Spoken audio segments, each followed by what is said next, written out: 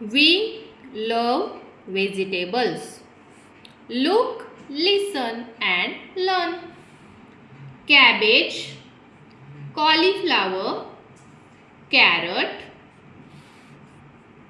tomato, potato, onion, peas, beans, cucumber, chilies, garlic, ginger, radish, brinjal, pumpkin.